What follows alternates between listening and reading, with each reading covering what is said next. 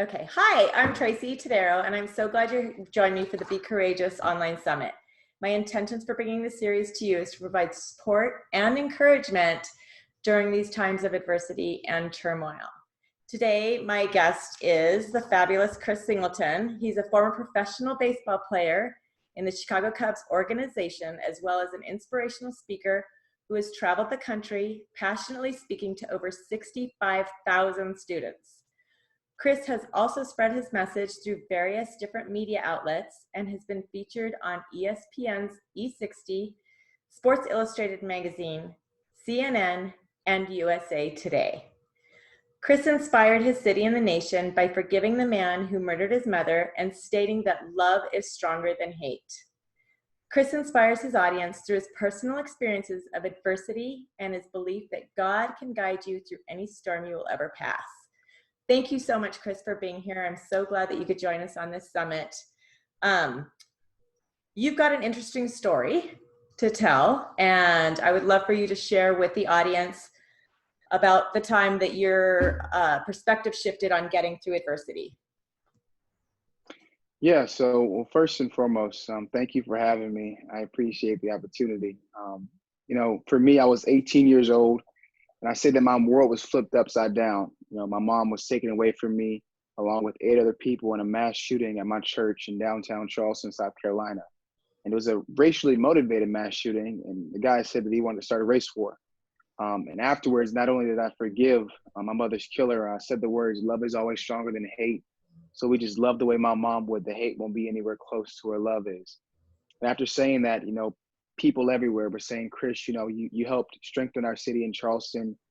You helped us stop, tearing our city apart," or whatever it may have been. And that's kind of when things changed for me. And now I have the mission of loving other people of different races, different religions, because ultimately that was the reason my mom was taken away. I guess my perspective shifted when I had no choice but to learn and be quick. I was kind of thrown into the deep end. And I say in those situations, you can either sink or swim. And I was blessed and fortunate enough to be able to swim. That's pretty powerful, and I'm so glad. And you're right, it's truly about love, and love conquers all, and just getting to that place of unconditional love, whatever it looks like for everybody.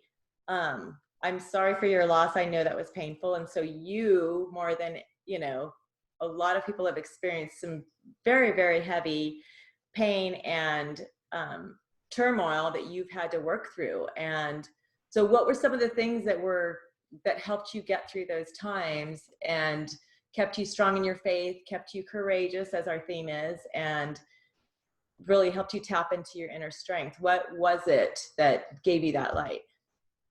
Yeah, there's a couple different things.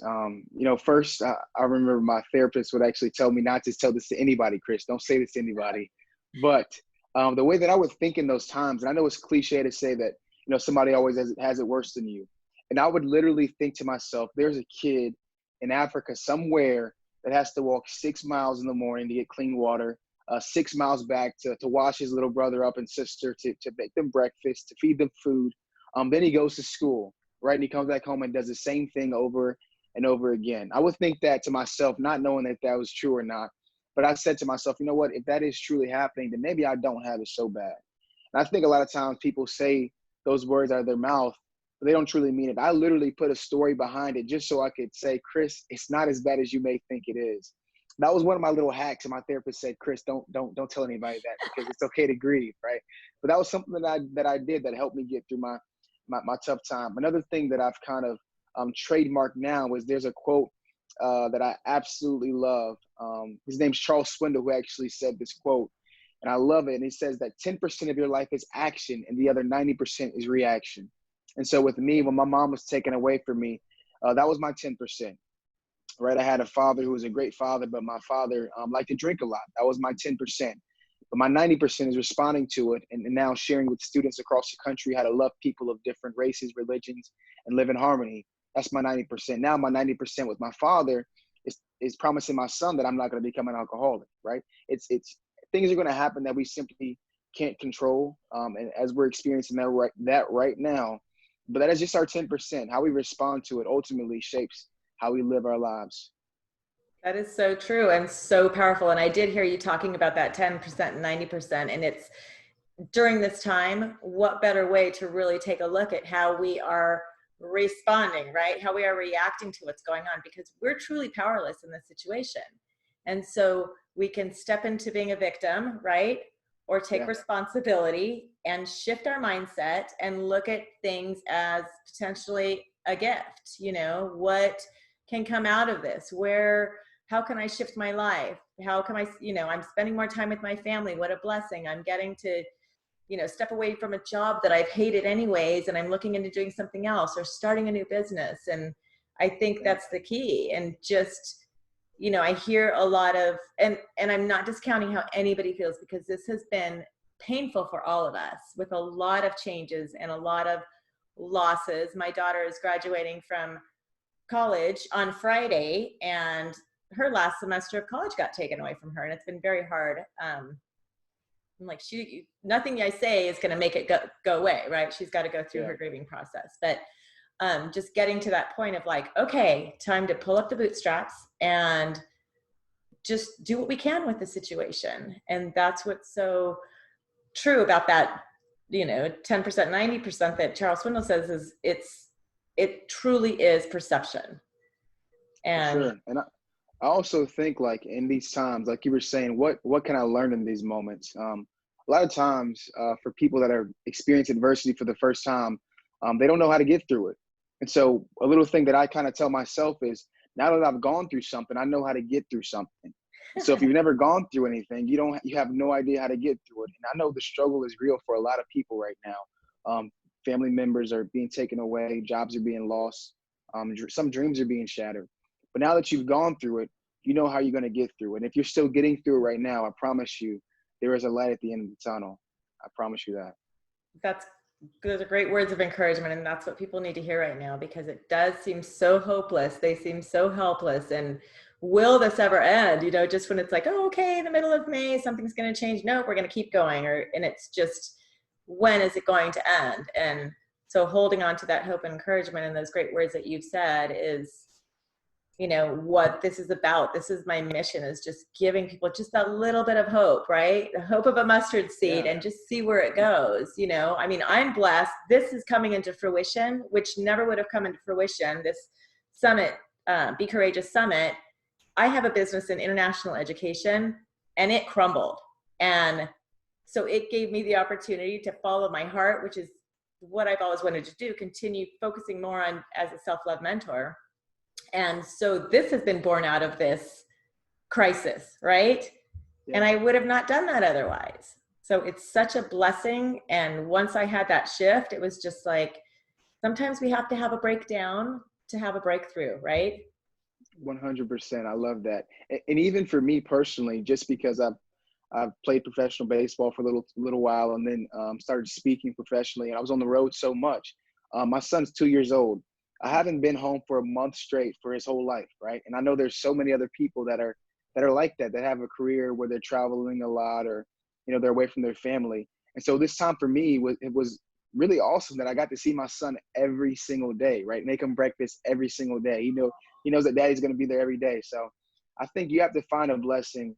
Even when it's tough, there's got to be one in there somewhere that you can pull out and say, you know what, I know this is rough, but at least I get to do, or at least I'm able to do this one thing. Yeah, that's it. I mean, if it comes down to having a phone to call the people that you're close to, or, to be able to go into a grocery store and still there's a food on the shelf, right? Like, oh my gosh, Exactly. everybody's running out of food. And I told my kids, I was like, when we go in the store, focus on the abundance in there. Because even though there's not taco shelves and there's not sugar and there's not toilet paper, there's an abundance of everything in this store. We will never go without. And For sure. so those little things, they may not seem like, they're little, but if it's those little things that we can hold on to, it just keeps us, pressing on and moving forward in things. So one of the other things I wanted to talk to you about is you being an advocate for diversity and inclusion. So how did that come about for you, where that really became a passion of yours? Yeah, me personally, man, it just hits home so much because my mom was literally taken away in a racially motivated shooting. And a lot of times you'll have skepticism about was something racially motivated or not.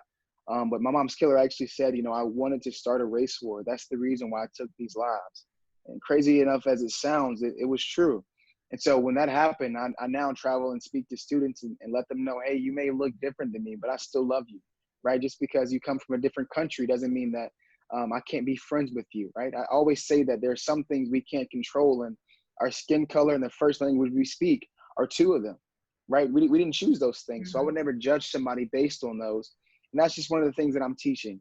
And it's been awesome to see the change. I've traveled and spoken to tons of students, but I've even been able to share different companies, and people say, Chris, I've thought this way for 15, 20 years.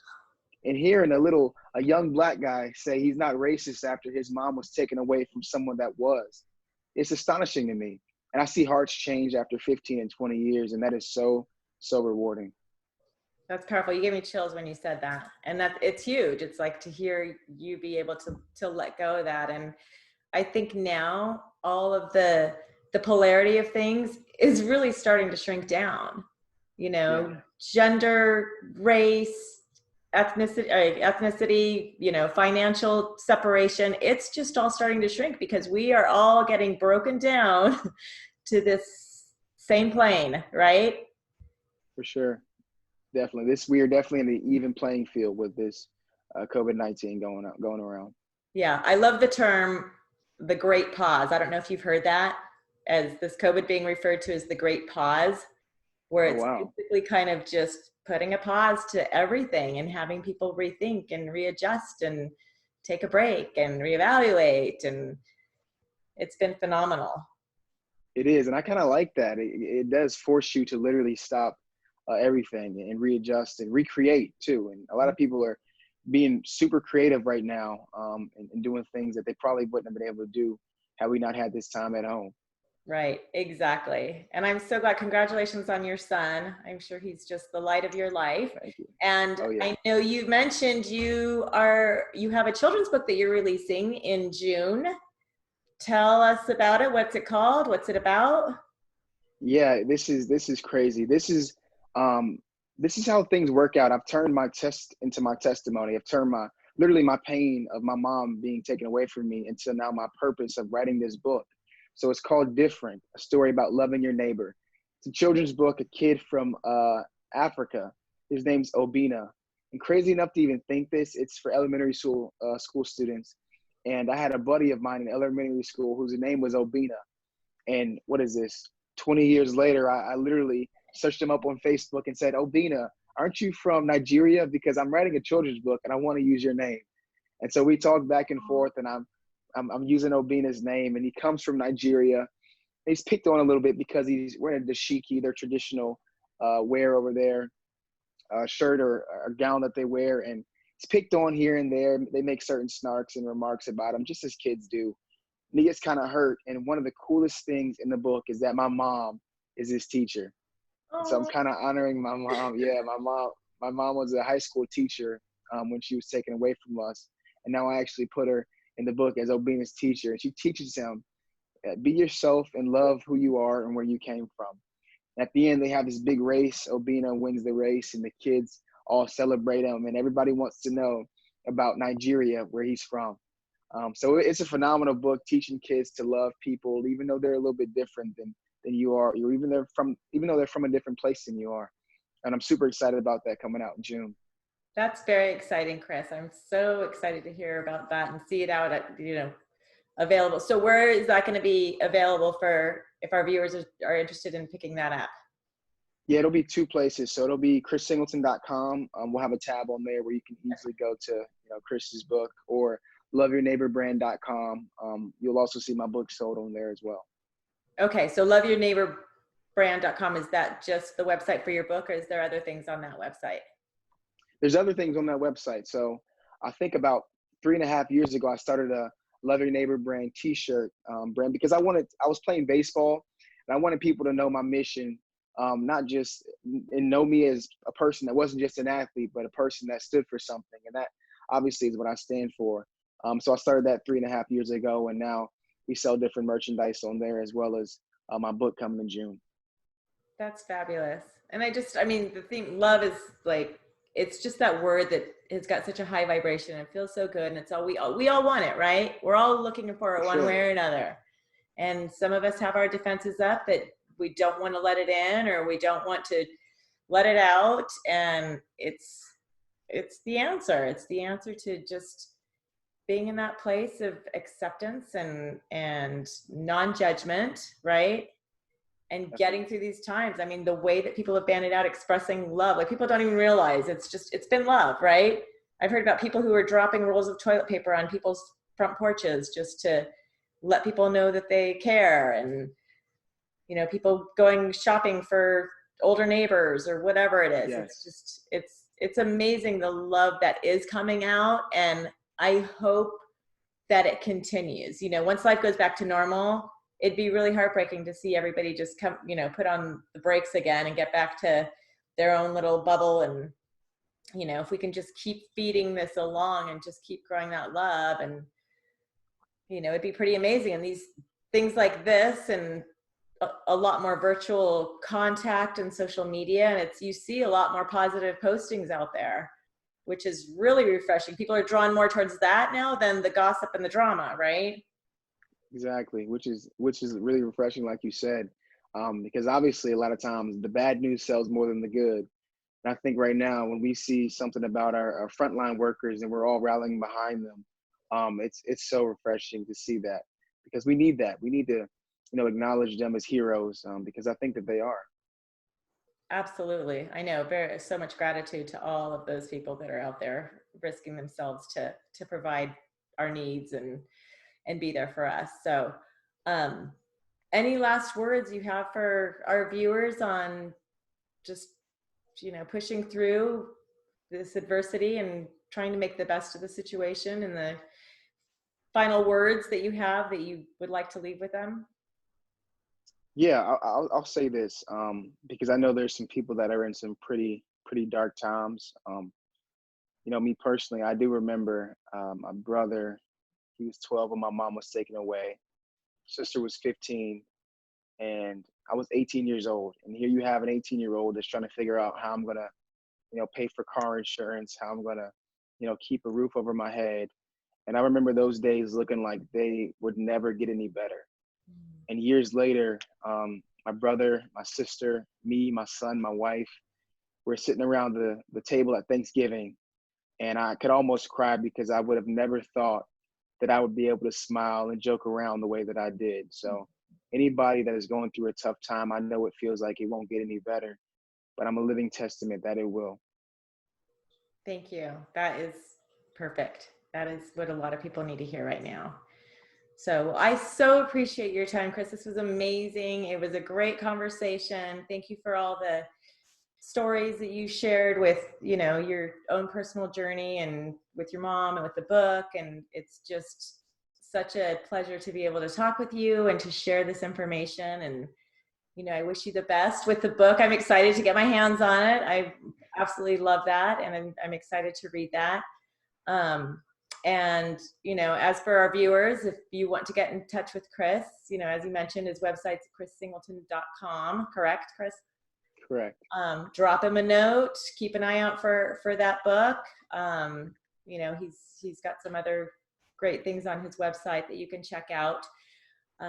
So anyways, we are so grateful that you joined us for this interview, and we look forward to seeing you for the next one.